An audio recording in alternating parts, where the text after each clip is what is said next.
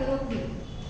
आजच्या या जागतिक कर्करोग दिनानिमित्त तिरपुडे समाजकार्य महाविद्यालयातील वैद्यकीय आणि मानसोपचार समाजकार्याच्या विद्यार्थ्यांनी कर्करोगाविषयी जनजागृती या विषयावर मार्गदर्शन कार्यक्रम आयोजित केलेला आहे. तसेच आजच्या या कार्यक्रमामध्ये मी अश्विनी मनोहर डोळे आजच्या कार्यक्रमाला उपस्थित सर्व शिक्षक वृंद आणि विद्यार्थी मित्रांचे मी मनपूर्वक स्वागत करते. आजच्या दिवसाप्रसंगी कर्करोगाविषयी जनजागृती जागरूकता वाढविण्यासाठी आणि त्यावर प्रतिबंध व शोध व उपचारांना प्रोत्साहन देण्यासाठी हा दिवस जागतिक स्तरावर साजरा केला जातो. जागतिक कर्करोग दिनाची सुरुवात 4 फेब्रुवारी 2000 रोजी पॅरिस येथे झालेल्या न्यू मिलेनियम फॉर कॅन्सर विरुद्धच्या जागतिक कर्करोग शिखर परिषदेत करण्यात आली व तेव्हापासून दरवर्षी हा दिवस जागतिक कर्करोग दिन म्हणून पाळला जातो. जागतिक कर्करोग दिनाचे प्राथमिक उद्दिष्ट हे कर्करोगामुळे होणारे आजार आणि मृत्यू दर कमी करणे हे आहे. तर यावर्षीची म्हणजे 2022 ची जागतिक कर्करोग दिवसाची theme close the care gap ही असून कॅन्सरग्रस्त रुग्णांची काळजी व चिंतेची बाब कमी करून त्यांना सकारात्मक पाठिंबा देणे असे त्याचे महत्त्व आहे. कॅन्सरमुळे लाखो लोकांना आपला जीव गमवावा लागतो, कारण त्याविषयी आजही समाजातील लोकांमध्ये त्याविषयी माहिती आणि जागरूकता नाही. त्यामुळे लोकांना कर्करोगाविषयी जागरूक करण्यासाठी आजच्या या कार्यक्रमाचे आयोजन केलेले आहे. तरी आजच्या कार्यक्रमाला प्रमुख मार्गदर्शक म्हणून स्नेहांजल पॅलेटिव्ह केअर सेंटर येथील श्रीमती सपना काळे मॅडम आपल्याला येथे उपस्थित झालेले आहेत. मी त्यांचे इथे स्वागत करते. तसेच आजच्या कार्यक्रमाला अध्यक्षा म्हणून डॉक्टर स्वाती धर्माधिकारी मॅडम प्राचार्य तिरपुडे समाजकार्य महाविद्यालय नागपूर यांचे सुद्धा मी आजच्या कार्यक्रमात स्वागत करते. कार्यक्रमाच्या अध्यक्षा डॉक्टर स्वाती धर्माधिकारी मॅडम यांनी आपले स्थान ग्रहण करावे अशी मी त्यांना विनंती करते. तसेच आजच्या कार्यक्रमाला प्रमुख मार्गदर्शक म्हणून लाभलेल्या श्रीमती सपना काळे मॅडम यांना विनंती करते की त्यांनी त्यांचे स्थान ग्रहण करावे. आजच्या कार्यक्रमाच्या प्रमुख मार्गदर्शिका श्रीमती सपना काळे मॅडम यांचे स्वागत तेजल वंजारी करेल अशी मी तिला विनंती करते. फोटो काढण्यासाठी फोटो काढण्यासाठी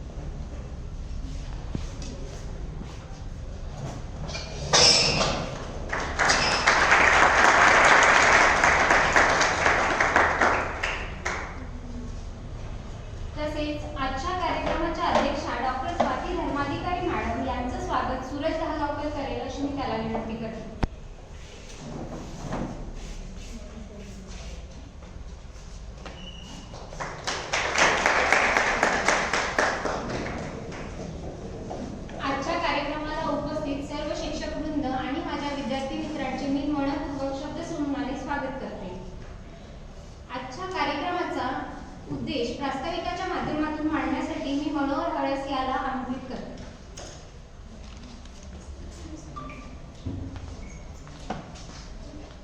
धन्यवाद अश्विनी. नमस्कार. आज शुक्रवार दिनांक 4 फेब्रुवारी 2022 जागतिक कर्करोग दिवस. जागतिक कर्करोग दिवस दिनाचे औचित्य साधून आज आपल्या तिरपुडे समाजकार्य महाविद्यालयाच्या वैद्यकीय व मनोपचार समाजकार्य शिक्षण घेणारे विद्यार्थ्यांच्या तर्फे कर्करोग जनजागृती या विषयावर मार्गदर्शन कार्यक्रमामध्ये मी मनोहर हळस MSW द्वितीय वर्षाचा विद्यार्थी आपणा सर्वांचे स्वागत करतो. जागतिक कर्करोग दिवस जगात दरवर्षी 4 फेब्रुवारी रोजी साजरा केला जातो. Union of international cancer control UICC च्या नेतृत्वाखाली हा जागतिक एकत्रित उपक्रम सुरू केला गेला होता. या कार्यक्रमाचा मुख्य उद्देश कॅन्सर रोगाबद्दल जनजागृती व ह्या रोगामध्ये जे रुग्ण असतात त्यांना प्रोत्साहन करण्यासाठी हा कार्यक्रम हा जो उपक्रम चालवला जातो. या उद्देशाने त्यांना रोगाशी लढण्यासाठी रुग्णांना नवी आशा देणे असा आहे. या उद्देशाला लक्षात घेऊन कर्करोग जनजागृतता या विषयावर श्रीमती सपना काळे मॅडम यांचे मार्गदर्शन आज आयोजित केले गेले आहे. कर्करोग जागरूकता या विषयावर कार्यक्रम आयोजित करण्यामागील उद्देश असा आहे की आज समाजामध्ये कर्करोगाविषयी जनजागृतीचा अभाव दिसतो आहे. कर्करोगग्रस्त व्यक्तींकडे समाजाचा पाहण्याचा दृष्टिकोन अत्यंत वाईट असल्यामुळे कर्करोग विषयावर जनजागृती करणे अत्यंत आवश्यक आहे. त्यामुळे या कार्यक्रमाचे आयोजन करण्यात आले आहे. उपस्थित सर्वांना विनंती आहे की आपण हा कार्यक्रम शांतपणाने ऐकून घ्यावे, जेणेकरून तुमच्या मनामध्ये कर्करोगाबद्दल गैरसमज दूर होतील. आणि ज्यावेळी समाज कार्यकर्ता म्हणून समुदायामध्ये आपण जेव्हा कार्य करत असतो तेव्हा आपल्याला समुदायातील लोकांना कर्करोगाविषयी जनजागृती करण्याची माहिती देण्याचे आपण आपल्या सोपे जाईल.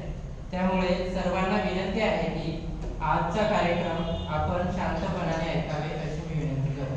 धन्यवाद.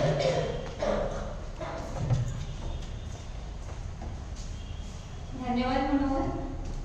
कर्करोग म्हटलं की आपल्याला एकदम धक्का बसतो. कर्करोग म्हणजेच एक शेवटची स्टेप असा आपला एक गैरसमज असतो, कारण त्याविषयी आपल्याला माहितीच नसते आणि त्यामुळेच त्या भीतीच्या पोटी समाजातील कित्येक लोक मृत्युमुखी पडतात, कारण त्यांना सुरुवातीला कर्करोगाचं निदानच लवकर होत नसते आणि त्याच्यामुळे ते जेव्हा शेवटच्या स्तरावर जातात तेव्हा मग वेळ गेलेली असते आणि तेव्हा आपण काही करू शकत नाही. आणि हा एक गैरसमज झालेला आहे समाजात, कारण त्यांना माहितीच नाही याविषयी. त्याच उद्देशाने आम्ही वैद्यकीय समाजकार्याच्या विद्यार्थ्यांनी आजचा हा प्रोग्राम इथे आयोजित केलेला आहे. तरी आजच्या कार्यक्रमाच्या अध्यक्षा डॉक्टर स्वाती धर्माधिकारी मॅडम आणि आजच्या कार्यक्रमाच्या प्रमुख मार्गदर्शिका श्रीमती सपना काळे मॅडम यांचा परिचय करून देण्याकरिता आम्ही उज्ज्वला भंडारे हिला आमंत्रित करतो.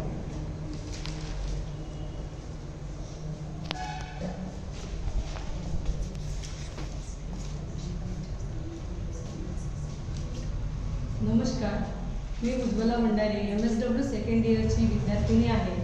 तर मी आजच्या कार्यक्रमाच्या अध्यक्षा डॉक्टर स्वाती धर्माधिकारी मॅडम यांचा परिचय देत आहे. डॉक्टर स्वाती धर्माधिकारी मॅडम यांनी आचार्य पदवी समाजकार्यातून केली असून MA चिकित्सा आणि मानसशास्त्र, MPhil मानसशास्त्र दोन्ही विद्यापीठात सर्वप्रथम MSW वैद्यकीय मनोचिकित्सा समाजकार्य सोबतच BSc पूर्ण केले आहे. तिरपुडे समाजकार्य महाविद्यालयात त्या 30 वर्षापासून कार्यरत आहेत व सध्या त्या तिरपुडे समाजकार्य महाविद्यालयाच्या प्राचार्य आहेत. त्यांचे विस्तार कार्य जाणून घेऊया.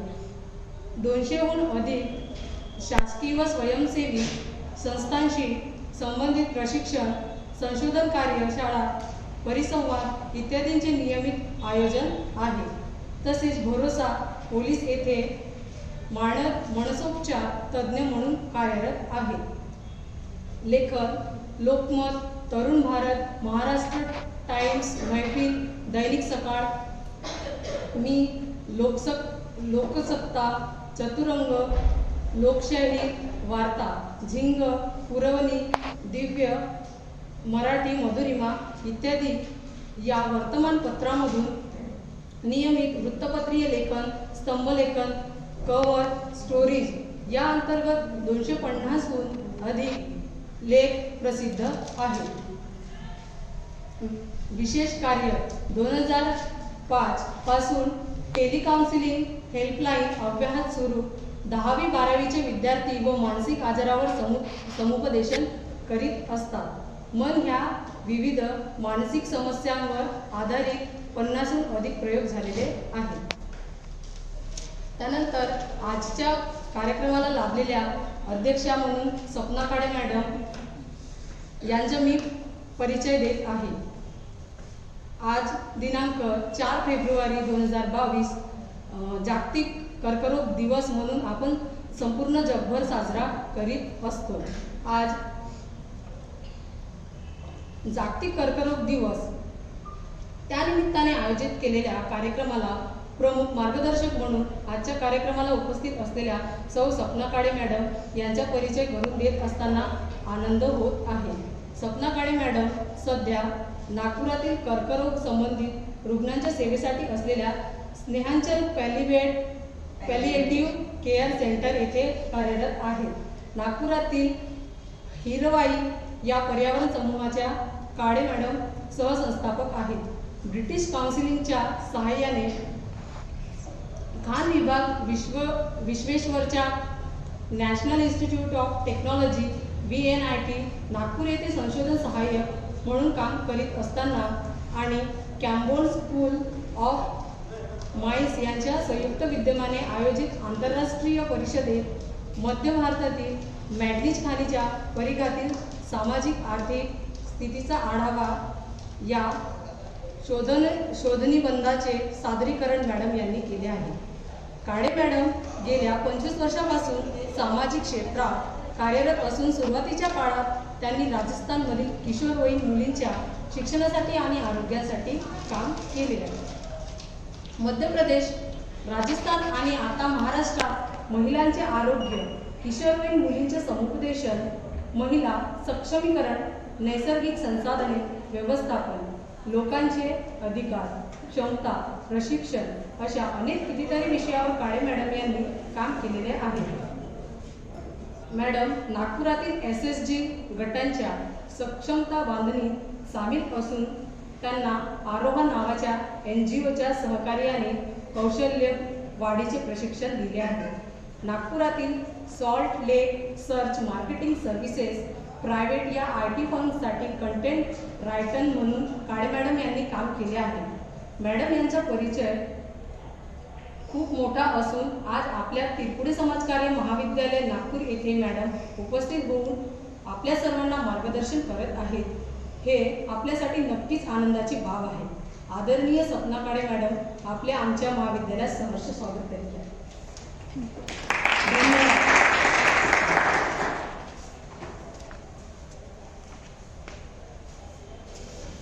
धन्यवाद उज्ज्वला, मंचावर उपस्थित मान्यवरांचा परिचय करून दिल्याबद्दल. तरी आपण आजच्या मार्गदर्शनपर कार्यक्रमाकडे वळूया. आजच्या कार्यक्रमाच्या प्रमुख मार्गदर्शिका श्रीमती सपना काळे मॅडम यांना मी कर्करोगाविषयी जनजागृती या विषयावर मार्गदर्शन करण्याकरिता आमंत्रित करते.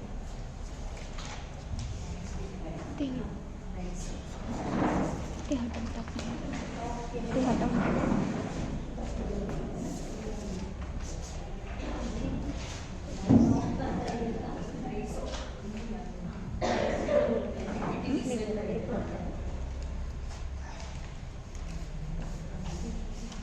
सर्वांना नमस्कार. मी स्नेहांचल पॅलिएटिव्ह केअर अँड हॉस्पिसमधून आली आहे. कॅन्सरबद्दल जेव्हा आपण बोलतो, कॅन्सर हा शब्द ऐकल्याबरोबरच एक वेगळाच भाव मनात येतो. Hindi sorry I am so sorry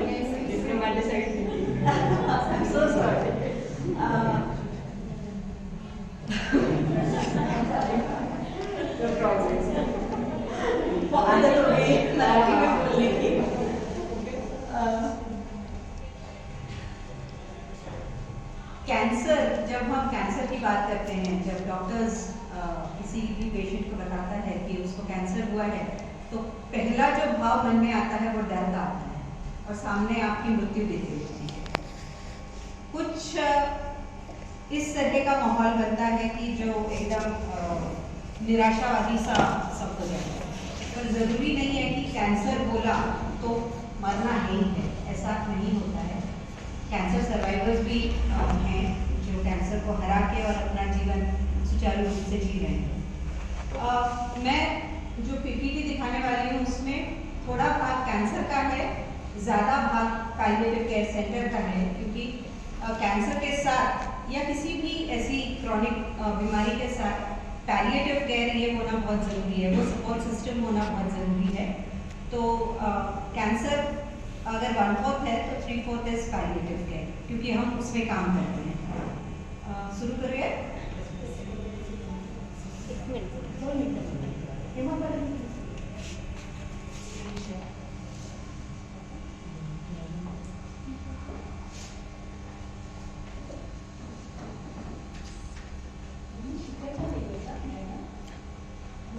note करायचं. थोडा वेळ होतो, डिलेड असतं ते. डिलेड असतं शुरू हम इस एक प्रार्थना से कर सकते हैं कि God grant us the serenity to deal with whatever the situation is and accept it. Cancer बताए बराबर पहला जो भाव आता है कि ये मेरे को कैसे होगा, मुझे क्यों, व्हाई मी, मैं तो कुछ भी गलत नहीं किया है, मैं अपना जीवन प्रॉपर तरीके से जी रहा हूँ या जी रही हूँ, सबका ख्याल रखती हूँ, किसी से बुरा नहीं बर्ताव करती हूँ, तो मुझे क्यों. तो उस सिचुएशन को एक्सेप्ट करना, उस सिचुएशन को मान्य कर लेना और फिर उसके साथ आगे का जीवन जीना, इस बात पे हम जोर देते हैं एट स्नेहांजलि.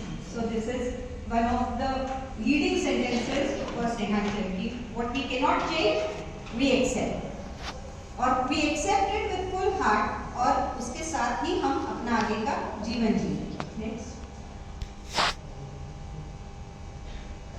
स्नेहांचल, स्नेह का आंचल, where love and compassion acts as a blanket for all pens.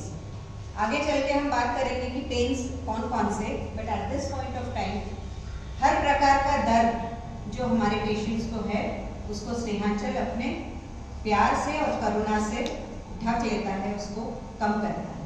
Next, cancer कुछ इस तरह का दिखता है. ये ओरल कैंसर का पिक्चर है.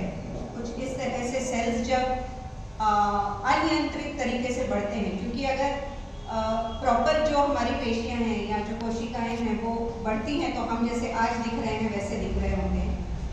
पर कई बार ऐसा होता रहता ना, स्कूल कॉलेज में भी बच्चे ऐसे रहते हैं जो किसी का नहीं सुनते, टीचर का नहीं, प्रिंसिपल का नहीं, किसी का भी नहीं. They just want to do what they want to do.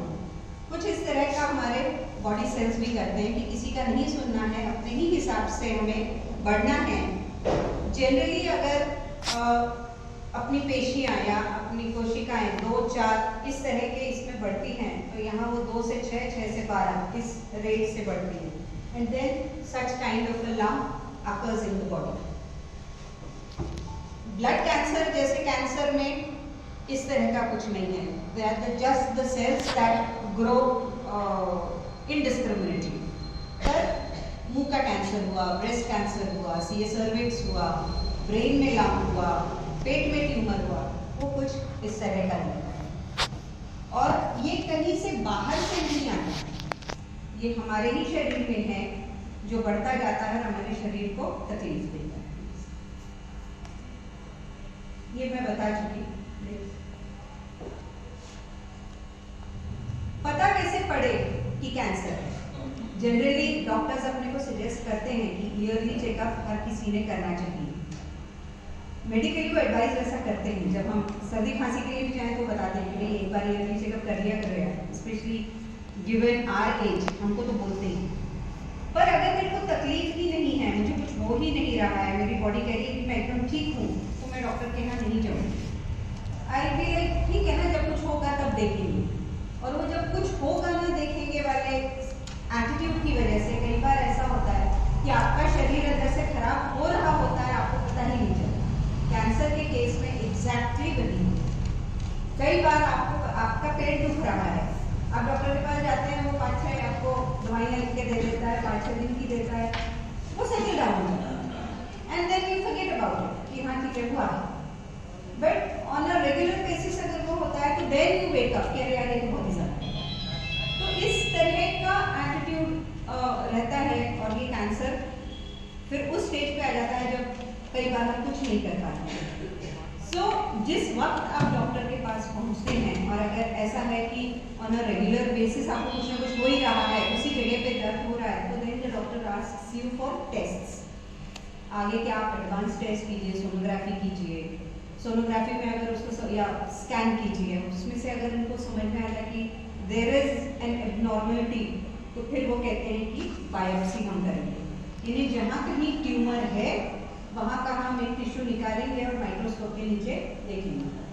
Biopsy जो टेस्ट है that is the only test that gives a confirmation कि आपको मैलिग्नेंसी है यानी कैंसर है या नहीं है। So this is the only test और डॉक्टर्स इसी पे भरोसा करते हैं, बायोप्सी पे ही भरोसा करते हैं। Is cancer a modern disease? No, it is not. आदि काल से कैंसर है, जैसे देखा है कि ममी में भी, इजिप्शियन ममीज में भी ट्यूमर्स पाए गए। सो इट्स अ वेरी, अभी हम इसलिए ऐसा कह रहे हैं कि कैंसर अभी का है क्योंकि बहुत इट इज प्रेवलेंट नाउ, दिखता है। पहले दिखता नहीं था, लोग शायद बताते नहीं थे, जो भी था, पर उसकी वजह से पता नहीं पड़ता था कि लोगों को कैंसर है। अभी it is more, the people are more open, more aware, जाते हैं डॉक्टर्स के पास।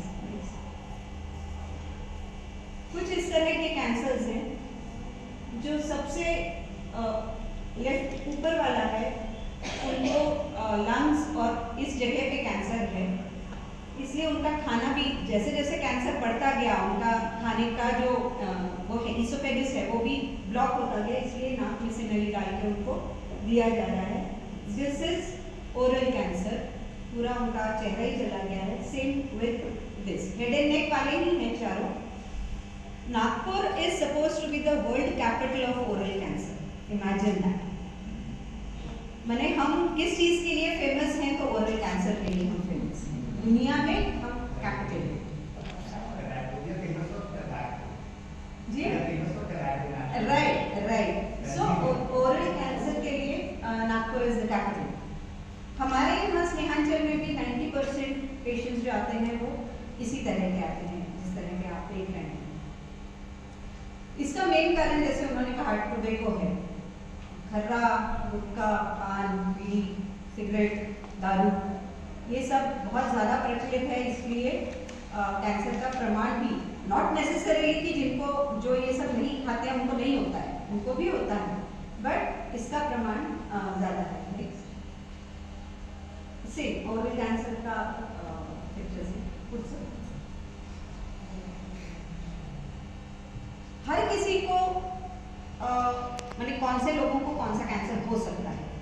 तो ऐसा है कि जो ज़्यादा मैंने अमेरिका या फॉरेन में जो ज़्यादा वहाँ नॉनवेज का प्रचलन ज़्यादा है, तो उस वजह से वहाँ सीए कोलोन का ज़्यादा देखे जाते हैं पेशेंट्स। अपने यहाँ ज़्यादा ब्रेस्ट कैंसर है, ओरल कैंसर है, सीए सर्विक्स है, ये भारत में ये ज़्यादा प्रचलित है। नेक्स्ट, कैंसर का ट्रीटमेंट क्या है? ट्रीटमेंट प्रोटोकॉल, मेडिकल साइंस जो है वो क्या कहता है? तो कैंसर का 3 ही तरह से इलाज किया जा सकता है। पहला chemotherapy is a chemical that is pass through your blood, और जहाँ कैंसर है वहाँ जाके वो उसको जलाने का काम करता है। ट्यूमर है तो ट्यूमर को जलाकर कम करने का काम करता है। ब्लड कैंसर जैसों पे सेल्स को जलाने का काम करता है। Second is surgery. अगर ब्रेस्ट कैंसर है, लंप है ब्रेस्ट में, तो आप ब्रेस्ट रिमूव कर सकते हैं, या अगर लंप छोटा है and doctor feels you don't need to remove the whole breast, conservative therapy करके वो निकाल सकते हैं। पेट में है, कोलोन में है, इंटेस्टाइन में है, तो उतनी जगह का ऑपरेट करके वो ट्यूमर निकाल के देन दे जॉइन करें। Third is radiation. Rays, strong rays उस जगह पे दी जाती हैं जहाँ कैंसर सेल्स हैं, जिस एरिया में ट्यूमर है। इसका भी काम वही है कि वो जो सेल्स हैं उनको जलाता है, और इसके अलावा कोई और ट्रीटमेंट प्रोटोकॉल नहीं है।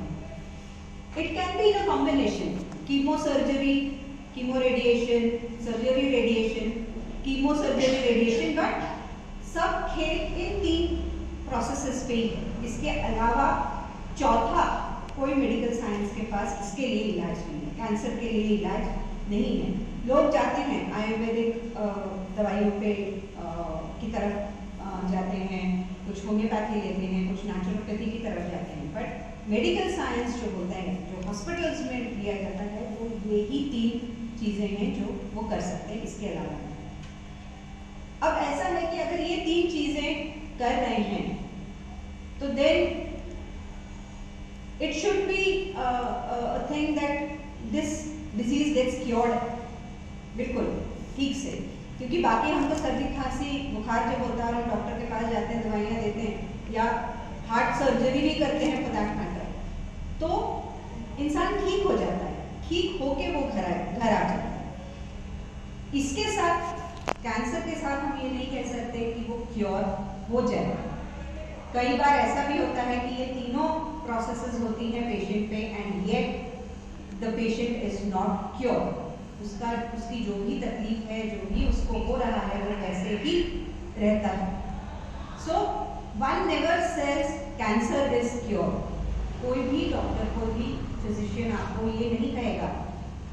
अगर भी पेशेंट का इन 3 ट्रीटमेंट्स के बाद अगर if that person is cancer free for that moment, और अगर वो अगले 5 साल तक कैंसर फ्री रहता है, तो then that person is a cancer survivor.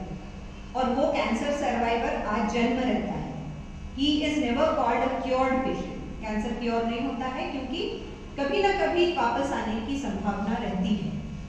आएगा ही जरूरी नहीं है, पर ये संभावना हमेशा रहती है कि ट्रीटमेंट होने के बाद भी कैंसर पलट सकता है। So a cancer patient is always a cancer survivor till his last breath. This was all about cancer. Now what is palliative care? Palliative care is a support system.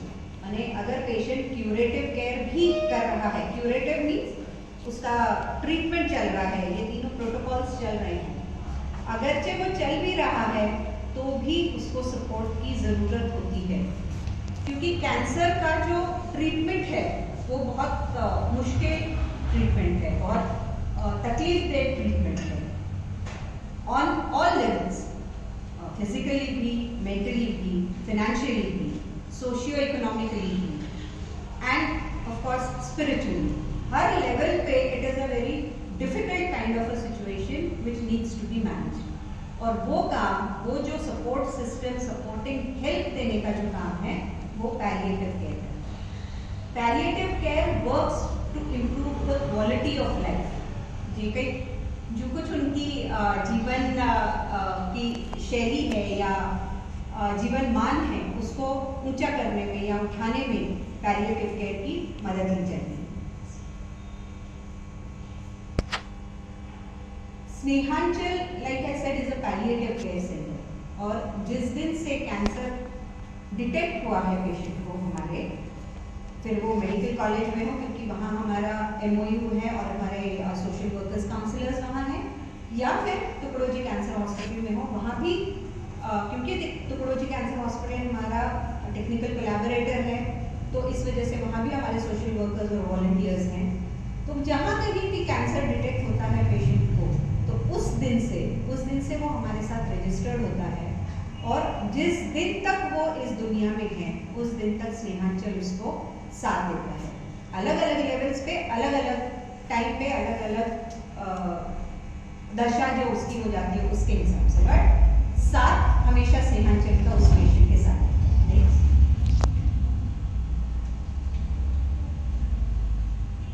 ये स्नेहांचल के sister हैं, nurse हैं और patient. Main objective स्नेहांचल का यही है कि प्यार और करुणा से, हम दया शब्द नहीं यूज करते हैं कभी, we don't use sympathy, we use empathy and करुणा, कंपैशन।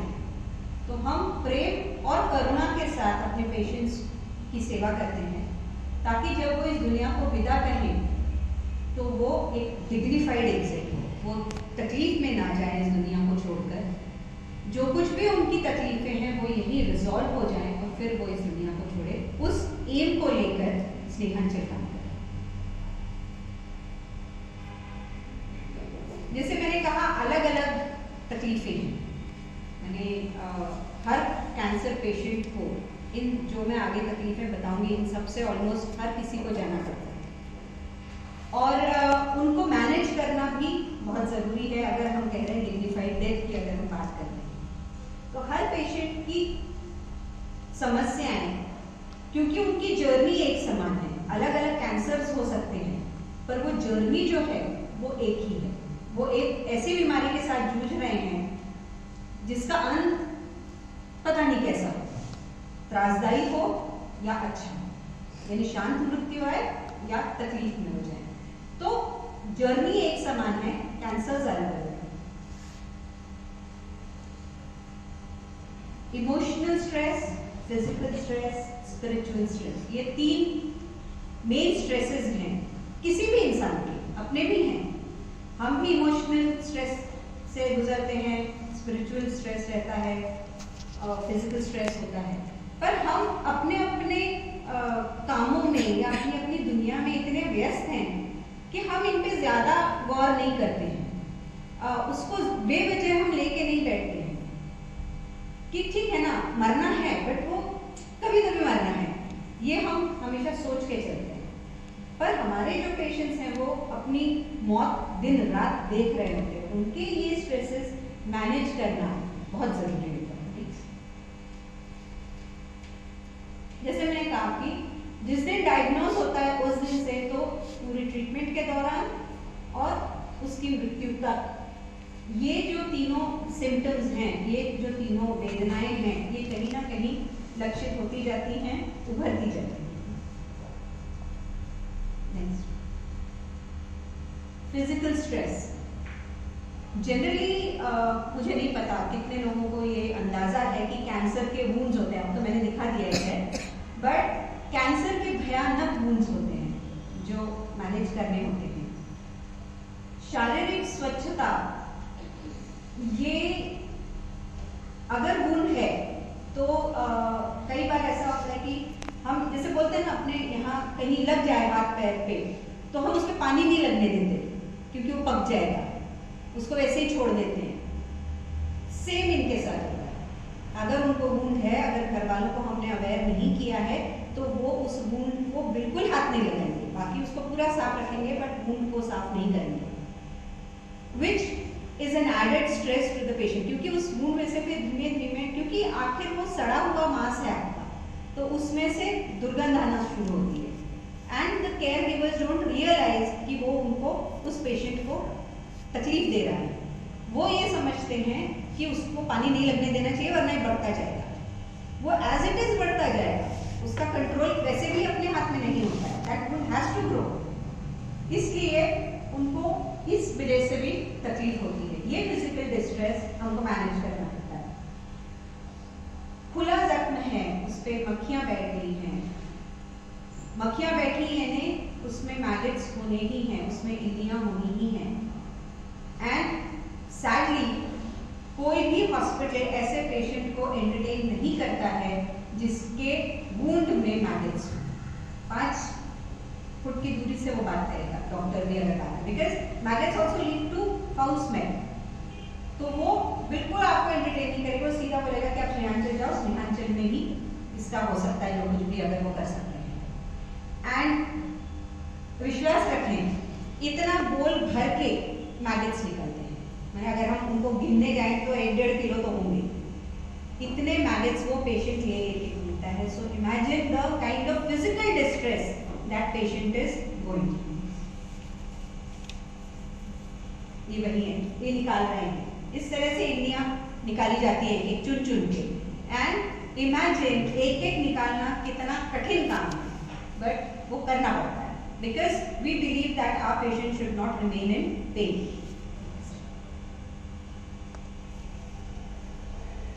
डॉक्टर के पास आप जब जाते हैं तो अगर हमारे पेशेंट्स हैं, क्रॉनिक पेन है उनको, और जहाँ कहीं उनका कैंसर है वहाँ वो सतत उनको दुखता रहता है, दर्द देता रहता है, डॉक्टर के पास एक बार जाएगा, 2 बार जाएगा, डॉक्टर बोलता है अरे दे दिया ना दवाई, ये तो ऐसे ही रहने वाला है, इस पर तू ज्यादा सोच मत इसके बारे में, वो दुखना है तो वो दुखना ही है। That is not the way to manage a particular pain. दुखना है माने ऐसा नहीं होता है ना कि all time the patient will be in pain, he or she has to be relieved of that pain। तो वो क्रॉनिक पेन स्नेहांचल डील करता है कि ठीक है, तुमको दर्द हो रहा है, जहाँ कहीं दर्द है तो दवाइयाँ शुरू की जाती हैं।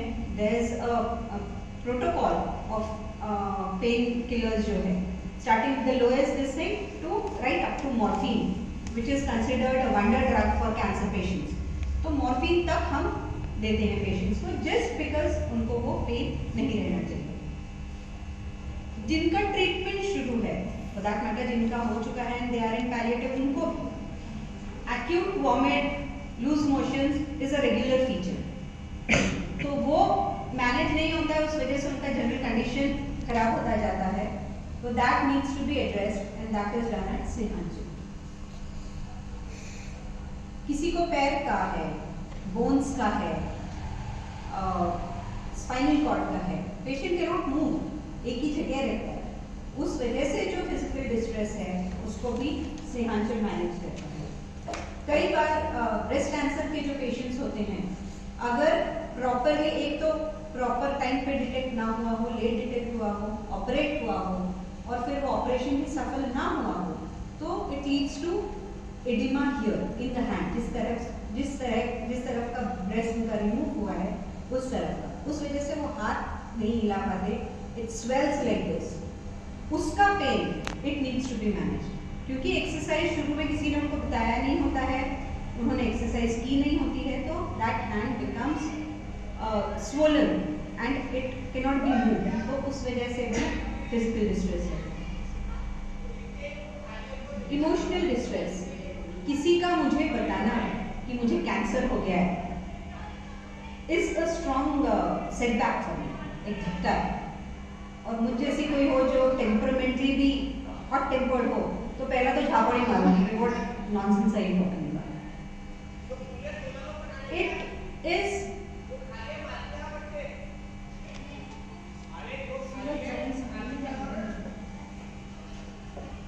जो प्रोग्नोसिस है, जो भी डॉक्टर ने आपको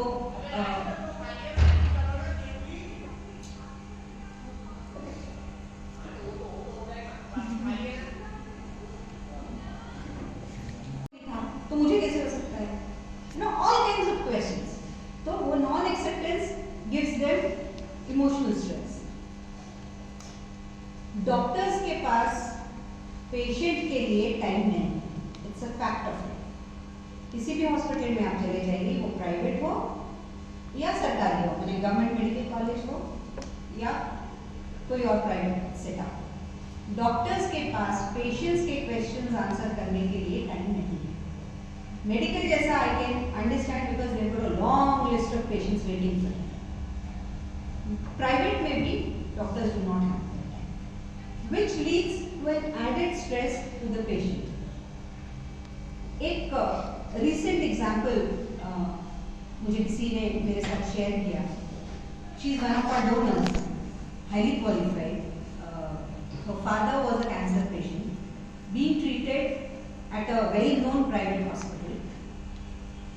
And while talking to her about all these things, कि कैसा उनके पापा का, he died लास्ट ईयर है, यस लास्ट ईयर, तो कैसा रहा उनका पूरा जर्नी के बारे में हम बात कर रहे थे।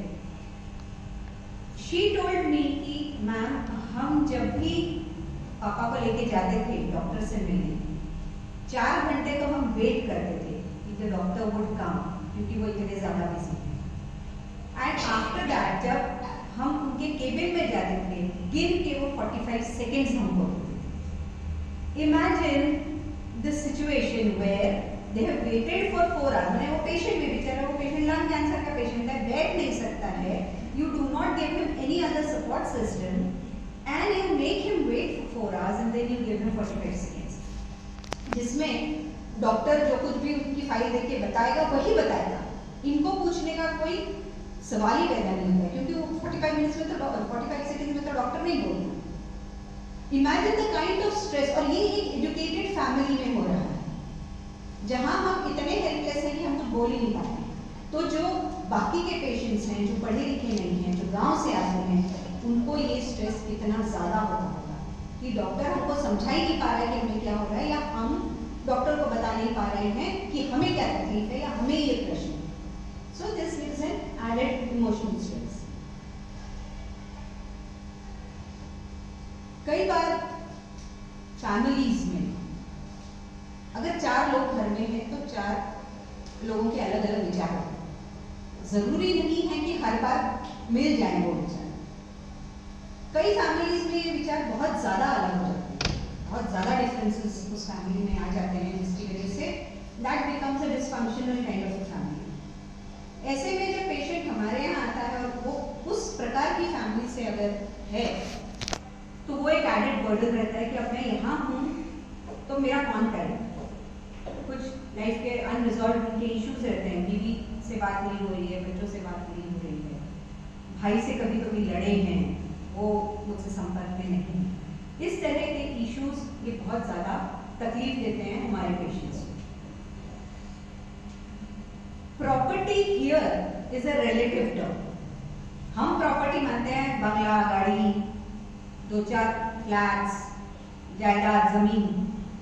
Here what we mean by property is एक सादा झोपड़ा भी हो तो उसके लिए भी लड़ाई है कि ये झोपड़ा तेरा कि मेरा। बाप अभी मरने वाला है, अभी मरा नहीं है, तो ये सब झगड़े शुरू हो जाते हैं। कोई अगर सब्जी का ठेला है तो ये ठेला तेरा कि मेरा, property. So this gives an added stress to our patients. जैसे मैंने कहा फैमिली के जो है माफ नहीं किया है, मेरी लड़ाइयाँ चल रही हैं, उससे मैं बात नहीं कर रहा हूँ, उसने मेरे को माफ नहीं किया, मैंने उसको माफ नहीं किया। इस तरह के जो सब इश्यूज हैं they are a stress factor. सबसे बड़ा सोशल स्टिग्मा, मुझे कैंसर हुआ है तो लोगों का मुझे देखने का तरीका ही बदल जाता है, और अगर मेरे मुंह पे घाव है या मेरे नाक में नली डली है, पूछना ही नहीं चाहिए। वो सोशल स्टिग्मा इतना गहरा है कि आप अगर हम डोर टू डोर सर्वे करते हैं कैंसर पेशेंट्स के लिए, कई बार ऐसा होता है कि अंदर कैंसर पेशेंट है, तकलीफ में है, उसको मदद की जरूरत है, पर फैमिली हमें नहीं बताती है क्योंकि आजू बाजू के लोगों को समझ में आ जाएगा कि वो कैंसर पेशेंट की फैमिली है। दे माइट गेट सोशली ऑस्ट्रेसाइज्ड, उनसे कोई बात नहीं करेगा, उनके घर कोई नहीं आएगा, उनके साथ खाना पीना सब बंद हो जाएगा। ये एक बहुत बड़ा डर होता है हमारे पेशेंट्स को, और ये मैंने खुद अनुभव किया है। हमारा मैं जब डोर टू डोर सर्वे कर रही थी एक स्लम में, तो एक पेशेंट मुझसे मिला, मैंने हम उनके घर पे थे तो उनसे बात की। सब होने के बाद मुझसे अच्छे से बात की, मेरे सोशल वर्कर को भी पूरी इंफॉर्मेशन दी जो कुछ भी हमें हमारी थी रिक्वायरमेंट। जाते जाते केवल इतना ही उसने हमको रिक्वेस्ट किया कि मैम आप जा रहे हो, आप अगले घर में जाने वाले हो या उसके दूसरे घर में जब जाओ, प्लीज ये मत बताना कि आपकी गली में कैंसर पेशेंट है, क्योंकि ये लोग फिर हमसे रिश्ता नहीं रखेंगे। इमेजिन आज की तारीख में 2021-22 में ये परिस्थिति, तो वो स्ट्रेस कितना बड़ा होगा कि आपको लोग देखना ही अलग दृष्टि से देखने लगते हैं या आपसे कोई संबंध ही नहीं रखते। कुछ पेशेंट्स हमारे यंग पेशेंट्स भी हमारे पास आते हैं, 16 साल 17 साल, जिन्होंने अभी अभी अपना जीवन शुरू किया है सोच से, या प्रोफेशनली अभी अभी काम करने लगे हैं, 21-22 साल के हैं, कॉलेज अभी खत्म हुआ है, काफी सारे सपने रहते हैं obviously, and then cancer strikes. एक पॉइंट ऐसा आता है कि क्योंकि यंग है तो कैंसर भी अग्रेसिव होता है। The more older you are, cancer अपनी गति से बढ़ता है, but more young you are, cancer is very aggressive. Most cases हमारे पास जब वो पैलिएटिव में आते हैं, they have turned into terminal cases. ऐसे वक्त में जो कुछ भी उन्होंने सपने देखे हैं, जो कुछ भी उन्होंने आशाएं बांधी थी अपने भविष्य के साथ, वो सब खत्म हो चुके हैं। तो वो स्ट्रेस मैनेज करना बहुत जरूरी होता है ताकि दे can have a peaceful exit. कई बार ये भी देखा जाता है कि कैंसर पेशेंट्स को घर के ही लोग ऑस्ट्रेसाइज कर देते हैं या अलग से उनको रखते हैं। घर के कोने में वो पेशेंट पड़ा रहता है, दिया खाना दिया, नहीं तो नहीं भी दिया, सफाई का तो सवाल ही पैदा नहीं होता है, और पूछना है ही, दवाई है, अगर तकलीफ में भी है तो उसको सहन नहीं करना। ये हमने अपनी आंखों से देखा। और ये केवल हम स्लम्स की बात नहीं कर रहे हैं, हम ये अच्छे घरों की भी बात कर रहे हैं। वो सिचुएशन हर जगह से है जहाँ आप पेशेंट को एकदम निग्लेक्ट करके रखे हुए हैं।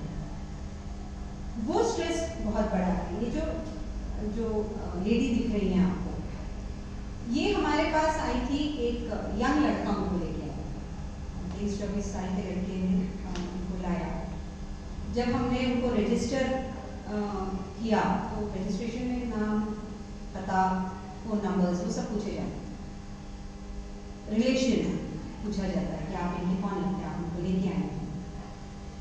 दिस गाय सेड कि ये मेरे पड़ोस में रहती हैं और इनकी तकलीफ मुझसे देखी नहीं जा रही थी, बहुत ज़्यादा तकलीफ में हैं, तो मैंने सुना था कि स्नेहांचल में कैंसर पेशेंट्स का केयर किया जाता है, इसलिए मैं इनको यहाँ लेके आई थी। And we had no clue और no idea that we should doubt this person. कोई ज़रूरत नहीं थी, उसने बाकायदा पूरा फॉर्म भरा है। वो जब रजिस्ट्रेशन हो गया, ये काकू को हम एडमिट कर लिए, तो उसके बाद वो बोला कि अब मैं जाता हूँ, मैं बाद में आऊँगा। मैं क्या एब्सोल्युटली ओके। एक दिन गया, 2 दिन गया, this guy didn't turn up. फिर शंका होने लगी कि अरे जिसको आप एडमिट करते हैं, अगर आपको इतना बुरा लग रहा था, वो पड़ोस में होके आप उनको उनकी तकलीफ नहीं देख पाए, उनको लेके आए हैं और 2 दिन हो गए और आप मिलने तक नहीं आए, तो then we started doubting this girl. फिर उन काकू से पूछा, she was okay, she used to ask, वो आया था क्या? मैं बोले नहीं आया। फिर हमने उनसे पूछा कि काकू आपके पड़ोस का जो लड़का आपको लेके आया था, तो वो तो आया ही नहीं, 2 दिन हो गए, आपसे मिलने भी नहीं आया। तो शी सेड, कौन पड़ोस का लड़का? बोले the guy who brought you ना। वो तब उन्होंने बताया कि वो पड़ोस का लड़का नहीं, वो मेरा अपना बेटा है जो मुझे यहाँ लेके आया। उस दिन जो उस लड़के ने अपनी माँ को हमारे पास छोड़ा, तो वो पलट के नहीं आया। ये काकू की डेथ स्नेहांचल में हुई, उनकी पूरी जो अंतिम संस्कार है वो सब हमने किया। But imagine the kind of stress she must have had, ये जानते हुए कि मेरा अपना बेटा मुझे ऐसी जगह छोड़ गया है और वापस पलट के नहीं आया। So that needed to be manage, but we could absolutely not. क्योंकि वो स्ट्रेस हम कैसे मैनेज करते जब आपका बेटा ही नहीं आया है और आप you are looking forward to that moment, तो वो एक है जो हम नहीं करते। बट कहने का मतलब ये है कि ऐसे भी स्ट्रेसेस पेशेंट्स के रहते हैं। किसी के साथ अपनी फीलिंग्स शेयर करना, it is a great way of venting out. जो कुछ भी मेरे मन में चल रही है हलचल, जो कुछ भी मेरे को तकलीफ हो रही है, अगर मैं किसी को बता पाऊंगी तो उससे मुझे हल्का महसूस हो, राइट। कई पेशेंट्स को ये नहीं रहते हैं, ये चांस ही नहीं मिलता है कि वो किसी के साथ, क्योंकि फैमिली के साथ शेयर नहीं करते हैं, बिकॉज दे थिंक कि हम वैसे तो we are a burden to them, हम बीमार पड़ रहे हैं, हमारे ऑलरेडी उनको टेंशन है, फिर मेरे मन का और मैं उनको बताऊंगा तो चिंता बढ़ेगी। So at times this is one stress factor which leads to a lot of pain in the patients. Sense of lost feminine identity. ये उस वक्त है जब हमारे पास ब्रेस्ट कैंसर पेशेंट आती है, who has been operated upon. कई बार multiple बार उनका ऑपरेशन हुआ होता है, दोनों ब्रेस्ट रिमूव कर दी जाती हैं। Removing a breast for the surgery is one mental torture that the patient has to go through. Cancer अपनी जगह है, कैंसर की तकलीफ भी अपनी जगह है, but the very idea that I am going to lose my feminine identity is a great stress factor. और जब 2 बार आपको वो करना पड़े तो it is all the more torturous. This needs to be managed. मेरे उम्र के जो पेशेंट्स हैं, जिनके बच्चे अभी कॉलेज में हैं, जो अभी प्रॉपरली सेटल भी नहीं हुए हैं, या मुझसे थोड़े बड़े जिनके बच्चे शादी लायक हो गए हैं, शादियाँ नहीं हुई, ऐसे वक्त में ये स्ट्रेस बहुत ज़्यादा रहता है क्योंकि शादी नहीं हुई, प्रॉपर्ली सेटल नहीं है। एंड भारत में parents take this responsibility very seriously कि हमने हमारे बच्चों का एजुकेशन पूरा करना है, हमने हमारे बच्चों की शादियाँ करा देनी है। For Indian parents. बाहर इतना it's not so much of a responsibility, but for us it is. So this also gives an added stress to the patient. No one listens. सबसे बुरा वही है कि कोई मेरा सुनना ही नहीं चाह रहा है। मैं जो कुछ भी कह रहा हूँ या नहीं कह के भी जो कह रहा हूँ वो किसी को समझ नहीं आ रहा, मेरी तकलीफ किसी को समझ में नहीं आ रही। That is the worst kind of pain that a cancer patient or for that matter any chronic illness वाले patient को हो सकता है। So Snehanchal tries to deal with this. Apprehension about hospitalization. जैसे मैंने कहा हम डॉक्टर के पास एकदम आखिरी समय तक ही पहुंचते हैं। We are not very proactive about that.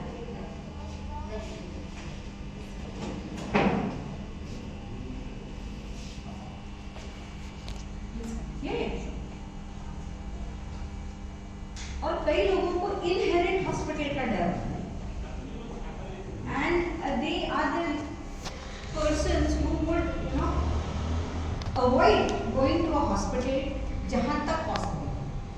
तो उस वजह से भी लोगों को स्ट्रेस होता है। नेक्स्ट,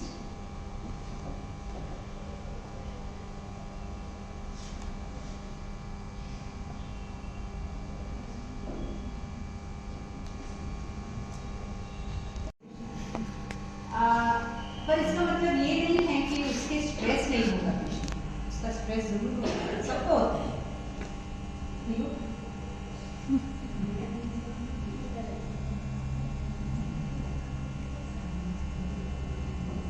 सबसे बड़ा डर कैंसर पेशेंट, अगर हम कैंसर की बात कर रहे हैं और स्पिरिचुअल स्ट्रेस की बात कर रहे हैं, तो फियर ऑफ डेथ, मृत्यु का डर। मेरे पेशेंट को हर दिन मृत्यु सामने दिखती है। जैसे मैंने कहा हमें भी पता है, हम कोई अमृत पी के नहीं आए हैं, हमने भी जाना है, बट द थिंग इज कि हमें कभी कभी जाना है। इनको रोज सुबह दोपहर शाम दिखती है, बहुत पता नहीं होता है कब जाना है। So that death creates an added stress. मृत्यु के टाइम क्या होता है ये कोई भी नहीं बता सकता। मैं नहीं, जो चले गए हैं मेरे पेशेंट्स वो वापस आके मेरे को नहीं बताते कि क्या होता है, पर वो सवाल हमारे पेशेंट्स को हमेशा रहता है कि जब मैं मरूंगा तो क्या होगा।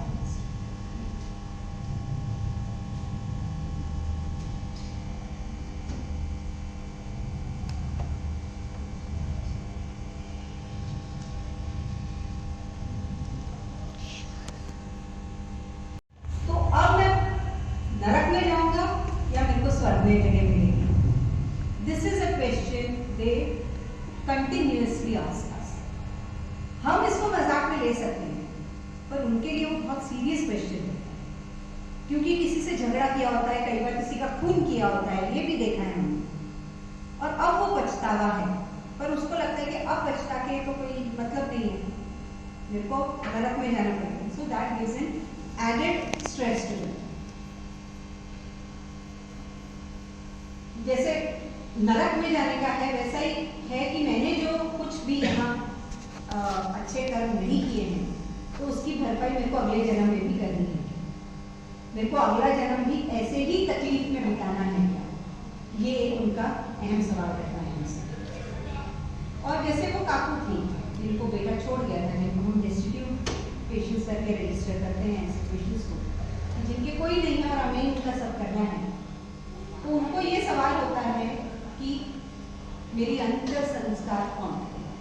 क्योंकि अपने यहाँ उसको भी संस्कार माना गया है, उसका अपना एक महत्व है।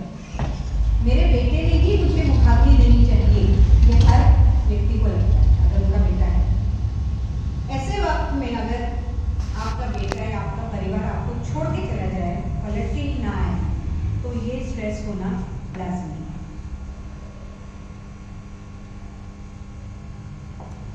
ये सब सवाल, स्पेशली जो स्पिरिचुअल स्ट्रेस वाले सवाल हैं, उनके सबके जवाब हमारे पास भी नहीं है, क्योंकि किसी भी पेशेंट ने हमको ऊपर से आके यहाँ स्नेहांचल में बताया नहीं है कि बाबा वहाँ तो बस एकदम मस्त एसी वेसी है, सब बढ़िया चल रहा है। नेवर। तो हम भी हर सवाल का जवाब दे पाए ये जरूरी नहीं, पर कोशिश ये करते हैं कि जितना संभव है उतना हम उनका काउंसलिंग करके स्ट्रेस कम करें। नेक्स्ट, इसे पहले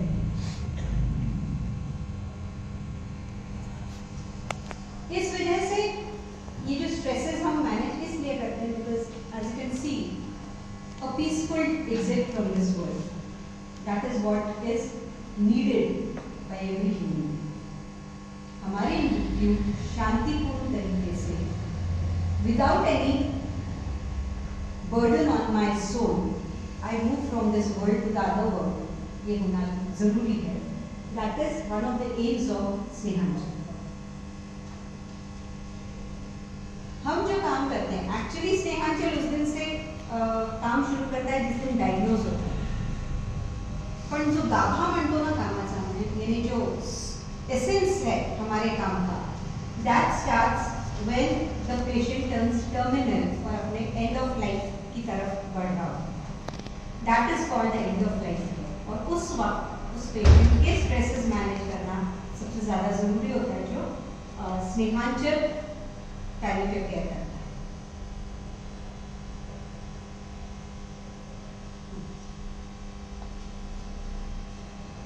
This is Snehanjali campus. It's 1.5 acres of land. Tukdoji cancer hospital के साथ हमारा टेक्निकल कोलैबोरेशन है, मतलब ये जगह भी टुकड़ोजी कैंसर हॉस्पिटल की है.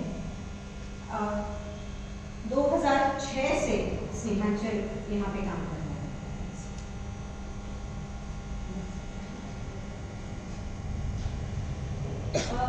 This is a team of doctors, nurses, counselors. अगर मैं पैलिएटिव केयर बोलती हूँ तो palliative care can not be done by me alone. I need a team for it. It's a holistic approach. ये ऐसा अकेले से होने वाला या मैं अपनी प्राइवेट ओपीडी करूँ ये पॉसिबल नहीं है. उसके लिए मुझे वॉलंटियर्स चाहिए, मुझे डॉक्टर्स चाहिए, नर्सिंग स्टाफ चाहिए, उसके लिए काउंसलर्स चाहिए, सोशल वर्कर्स चाहिए, पीआर वाले लोग चाहिए, पेशेंट की केयर गिवर्स, फ्रेंड्स. इतनी बड़ी टीम जब एक पेशेंट पे काम करती है तब वो एक्चुअल पैलिएटिव केयर माना जाता है. So this is a very old photograph of course. Now we have become a bigger family, but इस तरह से स्नेहांजलि पैलिएटिव केयर काम करता है, which is the ideal situation. हमारा 15 बेड का वार्ड है, wherein we admit patients if they have any problem at all, not necessarily medical. अगर हम एक रोटी, गोल रोटी को ले और उसमें से 1/4 टुकड़ा निकाल दें, that 1/4 is the medical intervention and the 3/4 is counseling and talking to the patients. So when we talk of pains, जो हम एड्रेस करते हैं, जो मैंने आपको अभी बताया 3-4, when we address all those, that is managing a total pain. Palliative care में टोटल पेन का बहुत ज़्यादा इम्पोर्टेंस है, बहुत ज़्यादा महत्व है. पूरे चारों पेन्स मैनेज होने ही चाहिए. So that's why we admit our patients not only for their physical distress, कि गाँव में से खून बह रहा है या ड्रेसिंग खराब हो गया है या पेट दुख रहा है, लूज मोशन है, नॉट फॉर दैट. कई बार ऐसा भी होता है कि ये फिजिकल डिस्ट्रेस सब मैनेज हो जाता है and yet the patient is restless, yet the patient says कि मेरे को ठीक नहीं लग रहा है.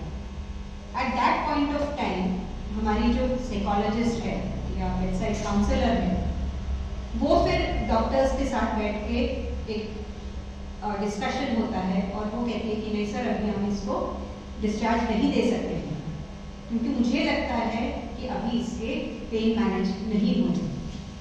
और फिर जितने दिन भी रहे, फिर वो 2 दिन रहे, 4 दिन रहे, 6 दिन रहे, महीना रहे, जब तक उसका साइकोलॉजिस्ट के साथ का काम पूरा नहीं होता है, हम पेशेंट को डिस्चार्ज नहीं देते. So it's more of counselling and less of the medical intervention. Like I said, it's a teamwork.